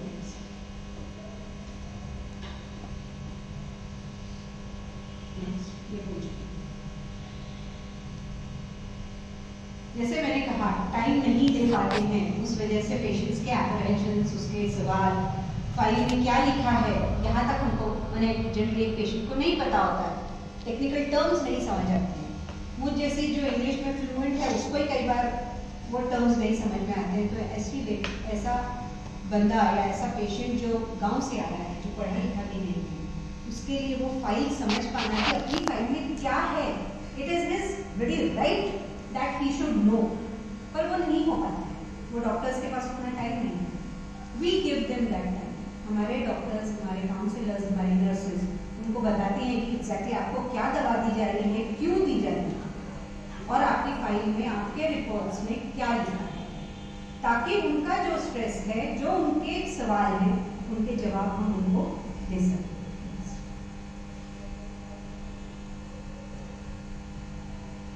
Palliative care and hospice, ये दो साथ साथ में चलने वाली चीजें हैं। Hospice is a place where home like care is given, घर जैसा की सेवा। घर में हम जैसे पेशेंट को जनरली सेवा देते हैं, उस तरह की सेवा जहाँ दी जाती है उस जगह को हॉस्पिस कहते हैं। Snehanchal is hospice and palliative care centre, ताकि मकसद यही है कि पेशेंट को जितना कम तकलीफ हो सके वो हम उसको मदद कर सकें, जितना पेन उसका कम हो सके वो हम उसका पेन कम कर सकें। Doctors, nurses talking to the patient, कोई जल्दी नहीं, आराम से गप्पे मार सकते हो आप हमारे डॉक्टर्स के साथ। We have a full fledged kitchen. हमारे पेशेंट को कहीं भी बाहर जाने की ज़रूरत नहीं है खाने के लिए, जो क्योंकि एक उसका कारण ये भी है कि हमारे यहाँ मेनली हेड एंड नेक वाले पेशेंट्स आते हैं जिनका मोस्ट ऑफ द टाइम्स मुंह बंद हो चुका होता है, तो नाक में से नली रहती है, they need to be fed through the right stream, और उसकी सुविधा कोई होटल करेगा पॉसिबल नहीं। तो उस वजह से भी हम हमारे पेशेंट्स का खाना हमारे ही किचन से दिया जाता है। डाइट प्लान होता है अगर किसी का, उसके हिसाब से उनको फ्रूट हुआ, फ्रूट जूस हुआ, खाना हुआ, दाल का पानी हुआ, whatever is in the diet, वो हमारे किचन से दिया जाता है। Same with the care givers, क्योंकि कई बार केयर गिवर्स बाहर से आए होते हैं, Yavatmal, Gadchiroli, Bhamragad, MP, right from Betul, Multai, Jabalpur, Chhattisgarh. ऐसे वक्त में बेचारे वो कहाँ जाएंगे, क्या ढूंढेंगे, कहाँ खाएंगे, बहुत बड़ा सवाल है। तो Snehanchal provides food for the care givers also, कि कई हमारे यहाँ ऐसे संस्था हैं जो जुड़ी हुई हैं which provide food for the care givers specifically. 2 time का खाना पेट भर के मिलता है। And we also have a tea vending machine. This is a new addition to Snehanchal because we felt कि स्नेहांचल के बाहर एक चाय की दुकान है, पर अक्सर बारिश में या एकदम किसी को, और हमारे यहाँ जो हम चाय देते थे वो टाइम टू टाइम देते थे, सुबह मॉर्निंग ब्रेकफास्ट के time and in the evening. बीच में अगर किसी को चाहिए या किसी के गेस्ट आए हैं तो चाय की सुविधा नहीं थी, एंड बारिश में बाहर जाके लाना was a task. So what we thought was कि let's have a tea vending machine. We asked one of our donors if ये लगा दोगे क्या, they put on a tea vending machine and now tea is available 24 hours. This is important. कहने के लिए वो केवल एक tea vending machine, but the kind of relief it has given to our patients and the caregivers is immeasurable. मुझे पता है, मुझे रात में 12 बजे भी अगर चाय चाहिए है तो चाय अवेलेबल है, मुझे बाहर ढूंढने नहीं जाना। We work for stress release. We work for relief from pain. So this is one of the ways of relieving our caregivers of pain.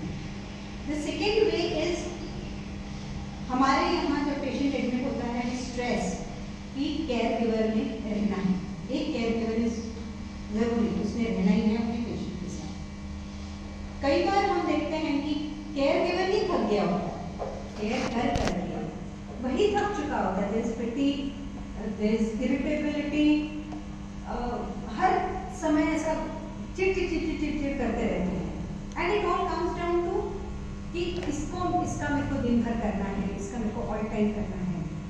सो ज़रूरत होती है कि केयर गिवर को भी रिस्पाइट दी जाए and can Snehanchal works as a respite care for the care givers, क्योंकि हम जितने लोग हैं बाहर से जो जिसको दिखता है, जो मिलने जाते हैं, वो सब पेशेंट के बारे में पूछते हैं। पेशेंट ने खाना खाया क्या, पेशेंट ने दवाई ली क्या, पेशेंट सोया क्या, पेशेंट ने आराम किया क्या। Everybody is blood into patient, patient, patient. But what about the caregiver? उसने खाना खाया क्या, वो सोया क्या, उसको भूख लगी है क्या, उसको थकान हो रही है क्या, ये उसकी रिस्पॉन्सिबिलिटी है, तो उसको करना है। We assume that. So to relieve the caregiver, हम respite care जैसे भी स्नेहांचल काम करते हैं। Evening and morning prayers. प्रार्थना हर किसी को शांत करती है। आप गा सकते हैं, नहीं गा सकते, इमटेरियल, पर सुबह शाम अगर आपके आसपास एक आधा भजन बज रहा है या कोई प्रार्थना कर रहा है, तो आप अंदर से शांत हो गए। That is the sole aim of having prayers in the morning. Morning में पेशेंट्स नहीं इंक्लूड होते हैं क्योंकि उनका ड्रेसिंग का टाइम रहता है, नहाने का टाइम रहता है, so mornings just the start, but evenings yes, care givers जो पेशेंट्स गा सकते हैं वो पेशेंट्स भी एंड द होल स्टाफ जो वहाँ है, हम सब मिलके प्रेयर्स करते हैं। ये रोज का है, सिस्टर्स का पेशेंट्स के साथ मिलना, उनके साथ गप्पे मारना, उनके साथ हंसी मजाक करना, ये एक रोज का मैंने हैपनिंग है। वो ऐसा it is nothing out of the way for us, it is just a normal. अगर मैं भी अब यहाँ से जाऊँगी तो first thing I do is go into the ward, meet all the patients, say hi, hello to them. So this is a normal thing. This I have already told. ये evening walk हम उनको कराते हैं, जो wheelchair पे हैं उनको बाहर कराते हैं। 18th August is the foundation day of स्नेहांचल। So उस वक्त हम एक छोटा सा प्रोग्राम करते हैं जिसमें हमारे जो पहले पेशेंट्स थे उनके केयर गिवर्स वो उसमें पार्टिसिपेट करते हैं, उनके बच्चे आते हैं जो उस वक्त वहाँ एडमिट हैं, उनके बच्चे उसमें इंक्लूड होते हैं और एक छोटा सा कल्चरल प्रोग्राम हम मेरे स्टाफ मेंबर्स और केयर गिवर्स करते हैं। This is a thing which we encourage कि अगर भी आपका पेशेंट हमारे यहाँ है और हम उसका पूरा ख्याल रख रहे हैं, पर अगर खाना खिलाने का काम अगर केयर गिवर कर सके, नथिंग है।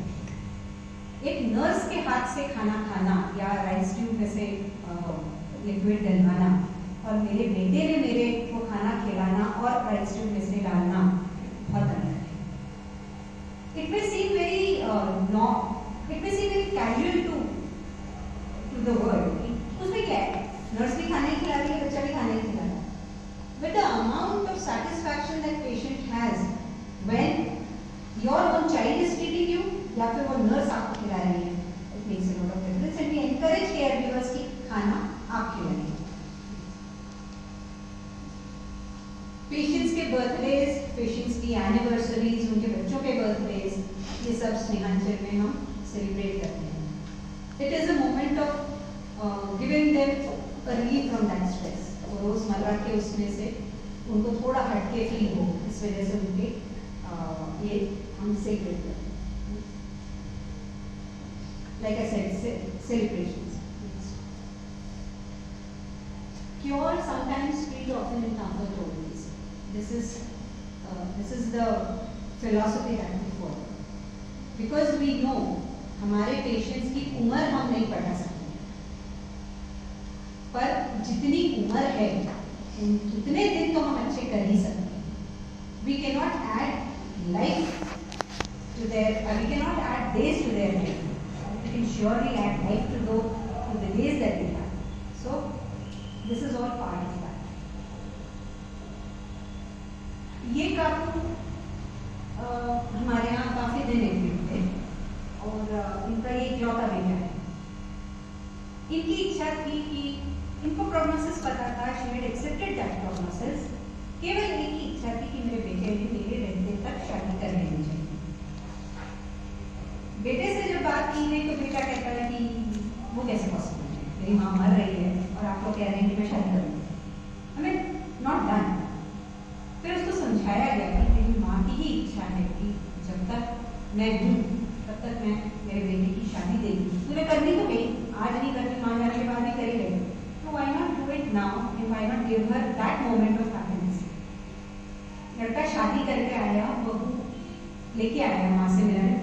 The mother couldn't go for his wedding, so he brought the daughter-in-law. सुबह बेटा आया है शादी करके, they spent the whole day nicely.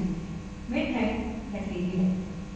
She was just waiting for that one moment in her life कि मैं अपनी बहू देखूं. So this is also one of the things that Snehanjali does. ये pain relief ही है, ये एक peaceful exit है, and we work towards that. Volunteers हैं, they bring in cakes and मिठाई वगैरह। पूरी फैमिली, पेशेंट की पूरी फैमिली, हमारे यहाँ विजिटिंग आवर्स नहीं है, we don't have visiting hours. सुबह 9:30 बजे से तो शाम 5:30 बजे तक आप कभी भी आके कितनी बार भी एप्लीकेशन से मिल सकते हैं। अभी कोरोना है इसलिए हम at a time just 1 person allow करते हैं, बाहर बैठ सकते हैं ऑफकोर्स, बट पहले ऐसा सीन हुआ।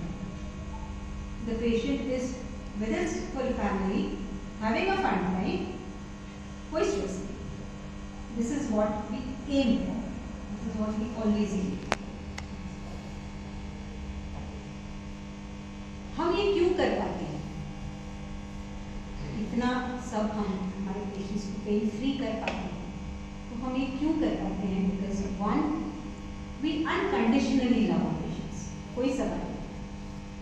हमारा पेशेंट हमारी फैमिली है, जिस दिन वो हमारे यहाँ कदम रखता है उस दिन से हम उसको हमारा परिवार है। No conditions apply.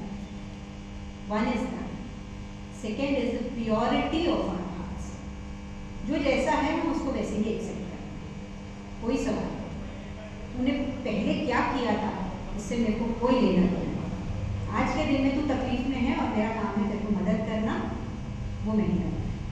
So we give love unconditionally and without any prejudice. That's why we are able to at least manage their needs. जैसे मैंने कहा, हम कोई भी अमृत पी के नहीं आए। अगर जन्म लिया है तो मरना है, मृत्यु निश्चित है। That is an integral part of life. अगर ये जन्म है और ये मृत्यु है तो we are living here, and this has to happen. So we at Snehanjali always believe that we are living in between and death has to happen. Then it should be a dignified human being. हम बाहर जब हम देखते हैं, अगर कई बार ऐसे अपन देखते हैं कुत्ते बिल्ली ऐसे मरे पड़े रहते हैं, एंड फाइनली एनएमसी वाला गाड़ी आता है, कचरे जैसा उनको उठाता है, कचरे के यार्ड में उनको डाल के आ जाता है। पर हम इंसान हैं, मौत भी हमारी इंसानों वाली ही होनी चाहिए, और वो तब हो सकती है जब उस पेशेंट को, उस इंसान को कोई उसकी आत्मा पे बोझ ना रहे, उसके सब जो इश्यूज हैं वो रिजॉल्व हो चुके हैं, वो शांत हो उनसे, उसने ये मान लिया हो कि हाँ यही मेरा अंत है, तब वो पॉसिबल हो सकता है। देन दैट्स व्हेन यू से, हम अक्सर हमारे पेशेंट्स के साथ ये अनुभव करते हैं। I remember one patient who was quite close to me. Generally, I try to not get involved with him, but once in a while it does happen. तो वो husband wife, मैंने caregiver was the wife, patient was the husband. गांव से आए थे, love marriage था, they told me very proudly, ma'am हमारा Facebook पे से love हुआ था and we got married. Good. Very happy couple, very nice couple. उनको देख के हम बड़े खुश होते थे, हाथ में हाथ डाल के मस्त शाम को इवनिंग्स में घूमते थे, प्लेट में से खाना खाते थे। When and he had accepted that he's gonna die. When his last few hours जब आए, so she was continuously by his side. Didn't leave him at आखिरी वक्त में जब गैस्पिंग में पेशेंट रहता है, कई बार ऐसा होता है कि मुझे ऊपर कुछ दिख रहा है, कोई मुझे बुला रहा है. This is a common feature when you go into gasping, और ये हम अक्सर देखते हैं. So the same thing this patient also said to his wife कि कोई तो मुझे ऊपर से बुला रहा है. एंड अब इतना वो बोला, एंड दिस फीमेल, अरे कौन बुला रहा है, इसने ऐसे देखा and he died. The moment she looked up, he died.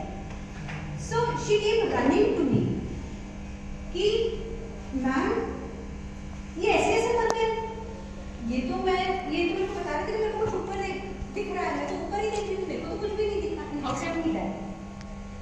ऐसी मौत है. ठीक है, वो वाइफ का डिस्ट्रेस अलग है, उसको बेचारी को समझा ही नहीं ऐसे कैसे हो गया. बट ये डिस्ट्रेस या ये death, this is one of its death. This is one of the most peaceful kinds of death. So we strive for that. Like I said, our life clinics. 15 bed का hospice है, and ये पुराना data है. Now we have almost 165 patients for home care. Home care is a service that Snehanchal provides to the patients, जहाँ हम घर जाके counselling support रहता है, डॉक्टर का सपोर्ट है, नर्सिंग केयर है. एट टाइम्स जैसे मैंने कहा, पेशेंट्स की हालत देखते हुए उनके घर की साफ सफाई भी हमको, उस रूम की साफ सफाई भी हमारे नर्सिंग स्टाफ को करनी होती है, दवाई उनकी देखनी होती है, खाना अगर नहीं है तो खाना खिलाने का काम. ईच डे स्नेहांचल की टीम्स, होम केयर में एक डॉक्टर, एक counsellor, nursing staff and driver, ये रोज़ एक 6, 7, 8 पेशेंट्स रोज़ के कवर करते हैं. नागपुर के किसी कोने में भी हमारा पेशेंट हो, उस रूट के हिसाब से पेशेंट्स को पेन मैनेजमेंट उनका किया जाता है. Counselling, volunteering, we told in TFC awareness programs on a continuous basis on all media. वो मैं देखती हूँ. I head the awareness and advocacy thing. Part of the awareness thing is slum outreach program. क्योंकि हमें ये लगता है हमारे maximum patients come from slums. Medical college से जो रेफर होते हैं, most of them are from BPL category, and at times it's very difficult for them to reach us. हमारे तक पहुंच नहीं पाते, स्पेशली कोरोना में जब ये बंद था. हमने हमारी सर्विसेज बंद नहीं रखी थी, we were working all through, पर पेशेंट हम तक आ नहीं पाए थे, उनकी तकलीफ बढ़ गई थी. कई पेशेंट्स जो इनिशियल स्टेजेस में थे वो एडवांस स्टेज पे आ गए थे. ये सब देखते हुए एंड जब खुला सब, लॉकडाउन भी खुला, everything open, the patients still can't come, क्योंकि ऑटो वाला अगर विद्या सिग्नल कड़मना से मेरे यहाँ पेशेंट आना है तो एक 500 रुपये दिन का ऑटो लेगा. अगर मेरा पेशेंट काम पे ही नहीं जा पा रहा है या केवल बीवी उसकी काम पे जा रही है, this was too much for them, so they didn't come. Then what we thought was कि अगर वो हम तक नहीं पहुंच पा रहे हैं तो हम उन तक पहुंचे, हम उनको वो सर्विसेज जो हम स्नेहांचल में देते हैं वो सब दें. And now we have started 2 palliative OPDs in Deputy Signal and Mirimata Nagar. There are 2 huge slums near Kadamna जो market है उसके पास. तो this is also part of awareness, and while reaching through those OPDs, हम आशा worker और आंगनबाड़ी सेविकाओं को हमारे साथ लेते हैं, तो उनके थ्रू जितनी मीटिंग्स पॉसिबल है कम्युनिटी में, वो भी उसी का एक स्लम आउटरीच का ही हम भाग मानते हैं. बेरीजमेंट सर्विस ये बहुत ज़रूरी है, ये कोई हॉस्पिटल नहीं देता है. It can just happen in palliative care. Once a patient dies, that patient like person is no more for the hospital. But हमारे लिए अगर वो पेशेंट चला भी गया है तो उसका परिवार तो जिंदा है, और हमारी ये जिम्मेदारी बनती है कि हम उस परिवार की तरफ ध्यान दें, उसको जो कुछ भी मदद लगती है हम उसको वो वक्त आने पर वैसे वैसी मदद करते चलें. So what we do is, अगर मेरा पेशेंट आज गया है तो उसके 1 महीने बाद I make the first bereavement call. ऐसे उनके घर जाके मैं उनसे मिलती हूँ. तब तक वो फैमिली थोड़ी सेटल डाउन हो चुकी होती है, अपना देखने लगते क्या करना है, some thoughts in mind, and then we plan their life for them.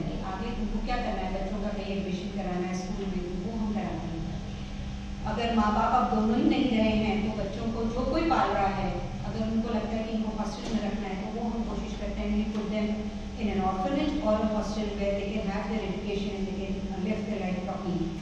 ये सब काम डिलीवमेंट सर्विस में आता है जो स्नेहांचल बाकायदा है। ये होम केयर के पेशेंट्स के लिए हमारी है।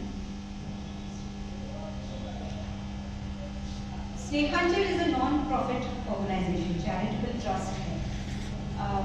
हम सरकार से भी कोई एड नहीं लेते और हम हमारे पेशेंट्स से भी कोई पैसा नहीं लेते। It's totally free of cost service जो भी हम देते हैं, भले वो हमारे यहाँ IPD में पेशेंट महीना 2 महीने 4 महीना रहे या हम घर जाके सर्विसेज दें या OPD पैलिएटिव OPD में हमारे पेशेंट्स आते हैं। दवाई देना, डॉक्टर की OPD, नर्सिंग केयर, ड्रेसिंग करना या हमारे यहाँ रहना खाना जो भी है वो सब फ्री ऑफ कॉस्ट है। द मेन मोटो इज हम ये पैसे के लिए नहीं कर रहे हैं, हम ये इस वजह से कर रहे हैं कि हम एक ह्यूमन डिग्निटी मेंटेन कर सकें हमारे पेशेंट्स की। इसलिए पैसा never comes into the scene. किसी का कोई निजी स्वार्थ नहीं है, ना हमारे मैनेजिंग ट्रस्टी का, ना हम business. Even if we are on road, we are paid, but our work goes beyond that kind of work. कुछ भी हम earn कर रहे हैं, we never consider it as a remuneration or whatever. It is just that we need to give these services and the organization feels that we need to have this. That's it.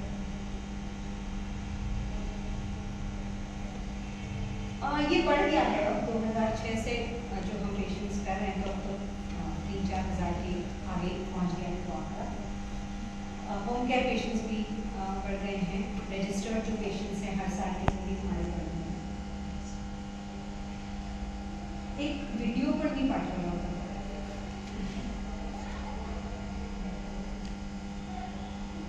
I would like you to see a video which would give you an idea what a Snehanchal actually does.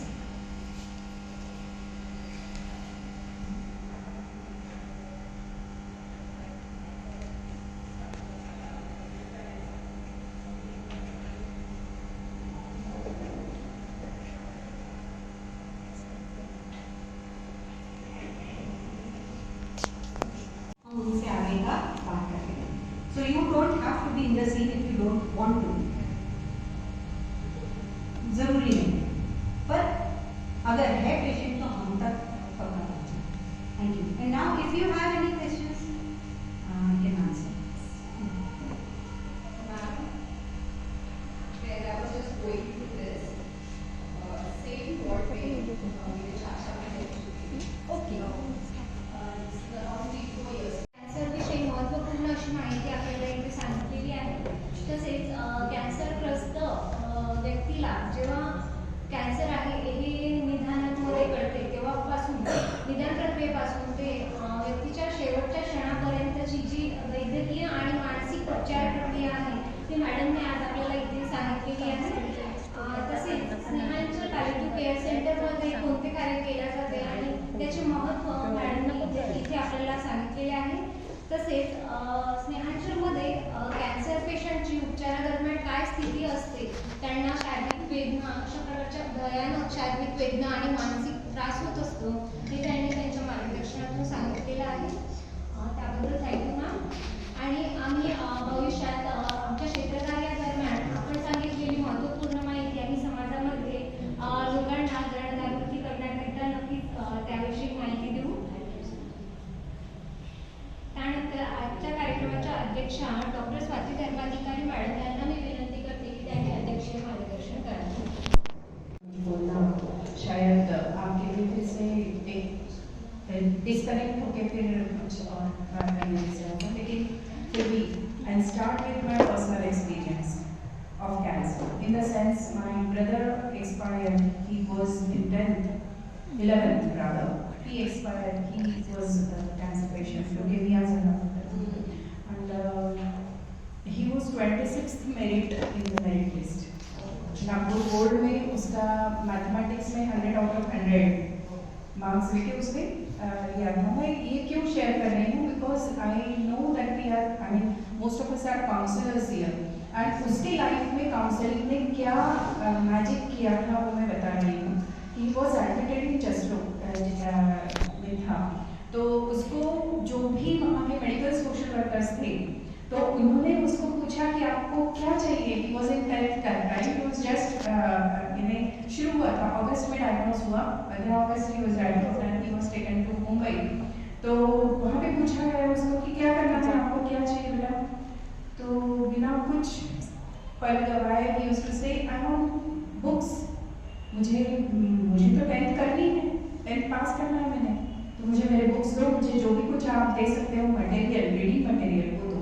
और वहाँ के social workers ने उसे वो सब provide किया ताकि he without wasting much time he could devote time to his studies in the hospital also. There comes the role of medical social worker and counselors की क्या ज़रूरत है उस बच्चे की. मैं इसलिए बच्चों का उदाहरण ले रही हूँ क्योंकि most of us are related to that age group. और आप में जो आपके स्कूल में यदि कोई इस तरह से खुदा ना खास्ता कोई इस तरह से पेशेंट आए, लेकिन यदि पेशेंट है तो उसकी जो उमंग है, उसकी जो मोटिवेशन है उसको आप बरकरार बनाए रखें और उसको मोटिवेट करें कि जितने भी पल हम जीते हैं उसमें हम कुछ ना कुछ सीखते जाएं. तो it was wonderful experience for the family that the social workers took pains to make him available the study material and he got through it. तो आज भी उसकी स्कूल उसकी याद करती है और कहती है कि इसके जैसा बच्चा, कोई बीमार बच्चा है देखे तो उसके जैसा मैं नहीं देखा है. It was because of the motivation of the counselors. It was because of the input of the social workers, medical social workers. So I again give thanks to Sapna madam because she is a counselor persona पर खुद वो एक इतनी अच्छी counsellor है. I was listening to her voice modulation also. इतना soothing बात करने का तरीका है. मैं आपको इसलिए बता रही हूँ क्योंकि as a counsellor we need to keep an eye on this also कि किस तरह से बात करते हैं, किस तरह से यू अप्रोच पीपल. तो एक मॉडल हमारे लिए सपना madam and for that and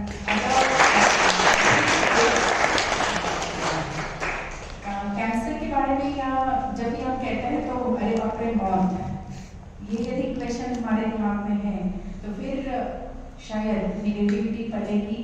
families also become placed up because of that. लेकिन अच्छा cancer, okay, nowadays there are some remedies. What stage is it diagnosed? If this is the self-talk of the person, if this is happening in the minds of the people around him, उसके care givers में इस तरह की thought process है तो फिर reactions अलग होती हैं. मैंने आपको सीबीटी का उदाहरण दिया है. इसको कहा जाता है कॉग्निटिव बिहेवियरल थेरेपी. आरईबीटी भी कह सकते हैं आप इसको. आरईबीटी में भी क्या होता है कि जो हम विचार करते हैं उसके जैसे हम इमोशंस एक्सपीरियंस करते हैं. तो अरे बाप रे कैंसर से हम ओके कैंसर लेट अस सी, ये अप्रोच यदि है, ये सेल्फ टॉक यदि है तो हमारे रिएक्शंस में there is much difference in the reactions of the care givers. और सपना मैडम ने बहुत यहाँ पर अच्छे से सब बताया आपको कि कितने इमोशनल डायमेंशन है, कितने साइकोलॉजिकल डायमेंशन है. यहाँ तक कि एक चाय की वेंडिंग मशीन वहाँ लगाना such a wonderful intervention. I would say कि ये रिलीफ होता है कई बार कि गर्म चाय की प्याली मिल जाए, बहुत रिलीफ हो जाता है. So taking care of all such needs, psychological needs of the patient as well as the caregivers is the responsibility of the counselors. तो बहुत कुछ इस पर बात हो सकती है. मैंने आपको जो बताया कि डिनायल मोड में जाते हैं, उसके बाद एक चक्र है इमोशंस का. आप लोग पढ़िए, if you are interested in knowing about bereavement यानी वियोग आणि मृत्यू याबद्दल काउंसलिंग कसं करायचं, इसको लेकर के काउंसलिंग कैसे किया जाता है, तो कुबलर रॉस की थियरी आप जरूर पढ़िए जिसने ऐसे टर्मिनली इल पेशेंट्स जो थे उनके केयरगिवर्स पर काम किया, उन पर काम किया and she came up with a theory. तो वो थियरी आप पढ़िए जरूर. आपके काउंसलिंग में जब भी मौका मिलेगा आपसे बात होगी. लेकिन ये जो हमारा चक्र है इमोशंस का, we have to work on it as a counsellor और उसको आप किस तरह से हील करने में मदद करते हैं. Healing psychologically is most important. Pain जो है, वेदना शमन, ये जो वर्ड है इट्स अ वंडरफुल वर्ड. और वेदना जैसे मैडम ने कहा कि सिर्फ मॉर्फिन या पैरासिटामोल का मोहताज नहीं होता है. Actually pain what you feel is most important. वो पेन को महसूस करते हैं जब आप बीमार होते हैं, आपके साथ में कोई नहीं होता तो आपका पेन बढ़ जाता है. When you are sitting with your relatives and amongst your friends, you forget the pain, isn't it? That is the way we actually behave. तो हमारे ब्रेन में कई ऐसे राज छुपे हैं, साइकोलॉजिकल राज हमारे हैं. एक पेशेंट की याद आई मुझे कि कैंसर पेशेंट था, उसका गास्ट्रिक, उसका जो breathing oxygen level used to drop. उसके घर में उसकी केयर चल रही थी और उसका ऑक्सीजन लेवल ड्रॉप हो जाता था. तो फैमिली ने बुलाया उसके लिए विजिट के लिए. मैं when I talk to the person, it was the anxiety level of the person which was hampering the oxygen level. यानी जब हम चिंताग्रस्त हो जाते हैं, आपको पता है कि गास्पिंग है, जल्दी जल्दी ब्रीदिंग हम करते हैं, है ना, आपल्याला जास्त श्वास लागला असं म्हणून असे करते हैं हम लोग. तो वो जो है वो ऑक्सीजन लेवल को लिंक्ड है. Normal breathing is related to emotions. आप जब कूल होते हैं, क्वाइट होते हैं, तो आपका ब्रीदिंग नॉर्मल चलेगा. तो ये ऐसी छोटी छोटी बातें हैं जिस पर आपको एज अ काउंसलर काम करना है. पर्टिकुलरली स्टूडेंट्स के साथ आप जब काम करेंगे, बच्चों के साथ जब काम करेंगे, तो उनकी एजुकेशनल नीड्स, उनकी रिक्रिएशनल नीड्स, ये भी हमें याद रखनी है. ऐसा कहा जाता है कि मेडिकल सोशल वर्क में ग्रुप वर्क नहीं कर सकते, ऐसे कुछ लोगों को लगता है. लेकिन जो बच्चे कैंसर पीड़ित हैं, पेडियाट्रिक वार्ड में हैं, एडमिटेड है, क्या उनके साथ आप ग्रुप वर्क नहीं कर सकते? उनको एक्टिविटीज देकर उनको आप एंगेज कर सकते हैं, मीनिंगफुली एंगेज कर सकते हो. सो काउंसलिंग के लिए सबसे ज़्यादा कोई स्कोप होगा तो मुझे लगता है कि कैंसर में है. एंड जितना मैडम ने भी सीखा है, आप लोग भी सीख रहे हैं. तो cancer was the earliest disease which draw attention of counsellors. Social workers का अटेंशन भी कैंसर की तरफ पहले गया. उसका एडहेरेंस टू ट्रीटमेंट, यानी ट्रीटमेंट कंटिन्यू रखना और रेडिएशंस लेते रहना, उसके साथ में जुड़े हुए जो भी इश्यूज है उसको हैंडल करना, ये सभी बातें फैमिली पर भी इम्पैक्ट करती हैं. तो cancer patient is not treated in vacuum. वो उसके फैमिली के साथ है, उसके समाज के साथ है, तो उन सभी के साथ हमें काम करना पड़ेगा, तभी जाकर के होलिस्टिक बात आएगी. And she also refer to the team effort. और मुझे बहुत अच्छा लगा व्हेन शी सेड कि क्लिनिकल साइकोलॉजिस्ट सेड कि अभी उनको डिस्चार्ज मत करो. The meaning of this is the decision of discharge is not only of the medical practitioners. It cannot be of only medical practitioners. And there comes the role of counselor. There comes the role of psychologist. तो आपको interview करना यदि है तो आप यहाँ तक interview कर सकते हैं कि भाई इसकी कंडीशन कैसी है psychologically, whether the person is ready to withhold the stress of going back या उसकी तैयारी नहीं है. बहुत सारे इश्यूज हैं pre post testing counselling cancer का, जैसे HIV का होता है. मान लीजिए बायोप्सी के लिए किसी को रेकमेंड किया गया है, the person is having some problem और उसको बोला गया कि नहीं आपका जो है ना ये मैंने थोड़ा बायोप्सी के लिए भेज दिया. I am sure all of us know the tension कि बायोप्सी के लिए कुछ जब ऐसे भेजा गया है तो रिजल्ट क्या आएगा, ये जो टेंशन होता है तो इसको भी हैंडल करने में हम मदद कर सकते हैं. So many intervention possibilities are there जिसको हम लेकर के काम करते हैं. तो as a medical social worker, as a school counsellor also मुझे लगता है कि पेशेंट्स की तरफ देखने का हमारा नजरिया भी मैडम ने बदल दिया कि इसके आगे जब भी हम पेशेंट्स की बात करेंगे, चाहे वो कैंसर पेशेंट हो चाहे वो कोई भी पेशेंट हो, तो उसकी तरफ हमारा देखने का नजरिया बदल गया है. तो thanks a lot for that madam that you have spend lots of time, spared lots of time. और कल भी मैडम आए थे और मैडम का जो रिकॉर्डिंग हुआ है कम्युनिटी रेडियो के बारे में, तो वो आज आप 5 बजे सुन पाएंगे. So it will be broadcasted today. तो वो आप जरूर सुनिएगा. नेशनल कम्युनिटी रेडियो 90.8 FM अपना नागपुर आप सुन रहे थे. तो वो आरजे के लिए छोड़ देते हैं, आप भी आरजे बन सकते हैं. मैं अब एडवर्टाइजमेंट मोड पे आ गई. जॉइन अवर 90.8 FM मैं आपको भी फंबल कर रही हूँ, तो इतना टेंशन वहाँ पे होता था. एनीवेज, सो कैंसर प्रिवेंशन डे है और कैंसर अवेयरनेस डे की बात कर रहे हैं हम, वर्ल्ड कैंसर डे पे. तो मौत की बात यदि सामने है तो एक ही वर्ड याद आता है कि बाबूमोशाय. यस, है ना. तो आप सभी को याद है आपका कि बाबूमोशाय जिंदगी बड़ी होनी चाहिए, लंबी नहीं, बड़ी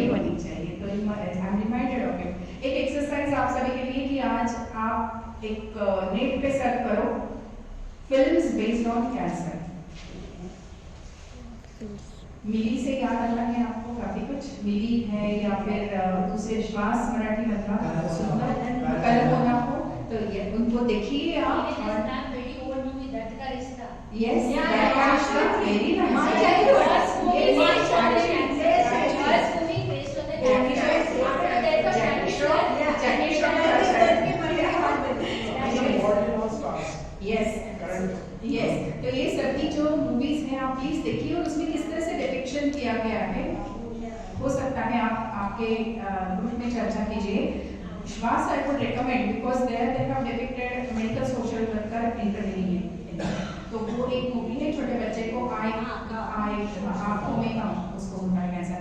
सो cancer has many different types. हम कह सकते हैं उसके चेहरे बहुत अलग है, लेकिन हमारे भी कम नहीं, हम उससे बढ़कर हैं और हम बढ़कर रहेंगे। तो कैंसर के बारे में जब भी सुनते हैं, अरे बाप रे कैंसर मत कहिए, okay cancer, let us see. And fighting is the word which will help the patients. So motivate the patients to fight with the cancers.